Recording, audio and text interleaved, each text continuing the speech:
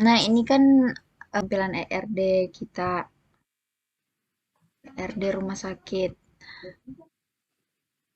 Di sini ada entitasnya kan sudah kita bentuk. Ada pasien, ada ruangan, entitas utama, ada dokter juga sebagai entitas utama, terus ada petugas juga sebagai entitas utama. Kemudian ada diagnosa, tindakan, sama ini laboratorium. Dikasih masuk Mi laboratorium atau bagaimana? Tak usah Mi. Laboratorium itu maksudnya kayak di Kak. Di pemeriksaan penunjang. Jadi ini dihapus Masuk nih. nih. Iya, apa sih Iya, kayaknya? karena nanti itu laboratorium masuk di ruangan. Tapi lab itu Iya, lab itu kan banyak. Nah, bilang Ada kasih masuk. Kasih masuk toh. laboratorium. Iya. yang pendengaranku tuh saya juga Itu kemarin yang dihapus. lab itu dihapus masuk pemeriksaan penunjang, tapi pas kemarin masuk Iya. kembali Mm-mm. pertemuan kemarin Bapak bilang pemeriksaan penunjang itu hanya untuk puskesmas. Terus yang lab itu rumah sakit karena lab itu banyak ruangannya katanya ada radiologi, ada pemeriksaan apakah banyak bagian-bagiannya kalau lab. Jadi diapakan ini? Kesepakatan tak masukkan Mi atau tidak? Kalau saya masukkan. Itu kasih masuk ya. Iya, saya juga. Jadi nanti itu entitas laboratorium masuk di mana?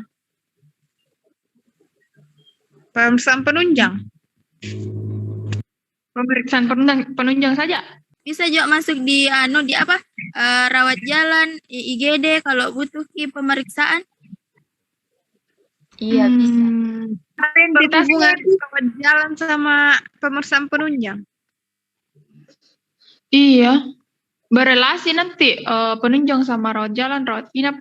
Pemeriksaan penunjang. Misalkan tadi relasi pemeriksaan relasi IGD-nya, relasi rawat jalannya berelasi dengan pemeriksaan penunjang. Jadi tidak ada atributnya pemeriksaan penunjang di rawat jalan sama sama IGD. Sisa dikasih masuk itu atribut primary key-nya laboratorium ke ini rawat jalan.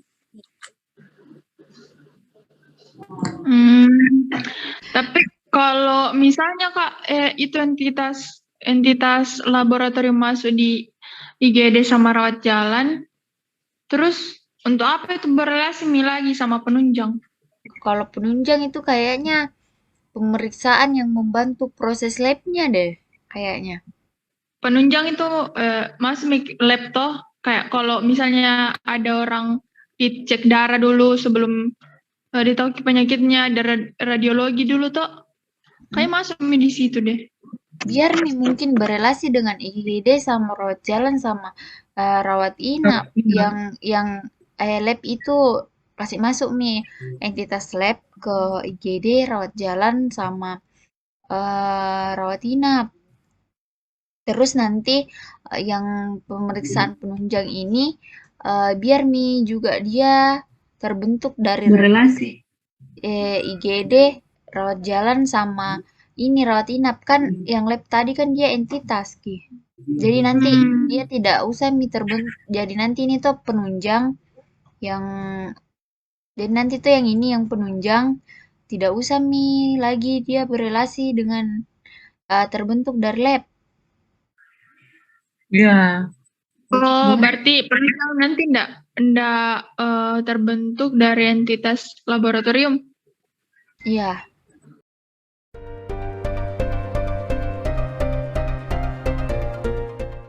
Baik, tampil pada layar ERD rumah sakit. Nah, pada ERD ini terbentuk dari 7 entitas utama, yaitu pasien, ruangan, dokter, petugas, diagnosa, kemudian ada tindakan dan laboratorium. Nah, selanjutnya ini adalah hasil dari kesepakatan kita yang sudah didiskusikan Di sini ada relasi pendaftaran, di mana relasi pendaftaran ini terbentuk dari entitas pasien, entitas ruangan, entitas dokter, dan entitas petugas. Kemudian ada relasi IGD. Relasi IGD ini terbentuk dari pendaftaran, di mana di dalam relasi IGD ini terbentuk dari entitas diagnosa, entitas tindakan, entitas lab, dan entitas petugas. Nah, di IGD juga berelasi dengan relasi kamar jenazah. IGD juga berelasi dengan pemeriksaan penunjang, berelasi juga dengan TP2RI, kemudian berelasi juga dengan apotik, juga berelasi dengan pembayaran. Kemudian relasi selanjutnya adalah rawat jalan. Relasi rawat jalan ini juga terbentuk dari pendaftaran, di mana dalam relasi rawat jalan dibentuk atau terbentuk dari entitas diagnosa, entitas tindakan, entitas lab, dan entitas petugas.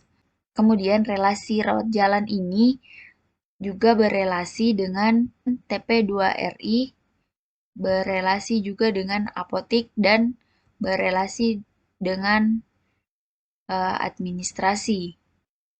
Setelah itu, jika pasien dari IGD dan rawat jalan ternyata membutuhkan perawatan lebih lanjut, yaitu harus dirawat inap, maka pasiennya harus mendaftar dulu di TP2RI. Nah, relasi TP2RI ini terbentuk dari relasi IGD dan relasi rawat jalan, di mana TP2RI ini juga terbentuk dari entitas dokter, entitas ruangan, dan entitas petugas. Kemudian ada atribut tambahan seperti tanggal masuk. Nah, selanjutnya setelah di TP2RI, maka pasien akan menuju ke rawat inap. Di rawat inap ini juga terbentuk dari entitas petugas, entitas tindakan, entitas diagnosa, dan entitas lab. Kemudian atribut tambahan seperti tanggal masuk, nomor rekam medis, dan resep. Nah, di rawat inap ini juga berelasi dengan pemeriksaan penunjang, kemudian berelasi juga dengan kamar jenazah, berelasi juga dengan operasi. Jika pasien rawat inap membutuhkan operasi, maka berelasi dengan operasi. Kemudian, jika pasien rawat inap membutuhkan perawatan yang lebih intensif, maka berelasi dengan ICU, NICU, PICU, dan ICCU. Selanjutnya, relasi rawat inap ini juga berelasi dengan administrasi. Selanjutnya, relasi ICU. ICU juga berelasi dengan terbentuk dari entitas tindakan, entitas dokter, dan entitas petugas. Kemudian berelasi dengan rawat inap. Selanjutnya, ICU juga berelasi dengan relasi operasi. Begitu juga dengan relasi PICU dan NICU. Berelasi juga dengan relasi operasi dan terbentuk juga dari entitas petugas, dokter, dan tindakan. Kemudian berelasi juga dengan relasi rawat inap. Nah, sekarang relasi operasi juga terbentuk dari entitas tindakan, entitas petugas, juga dokter, entitas dokter, dan operasi ini berelasi dengan kode RI. Kemudian kita ke relasi yang terakhir, yaitu administrasi. Nah, dalam administrasi ini terbentuk dari relasi IGD, relasi rawat jalan, kemudian terbentuk juga dari relasi kode RI atau berelasi dengan rawat inap, berelasi juga dengan rawat jalan, dan administrasi juga berelasi dengan IGD, kemudian terbentuk dari entitas petugas. Nah, sekian dari diskusi ini. Mungkin teman-teman sudah sepakat juga semua ya? Bagaimana? Sepakat. Pakat, Kak. Pakat.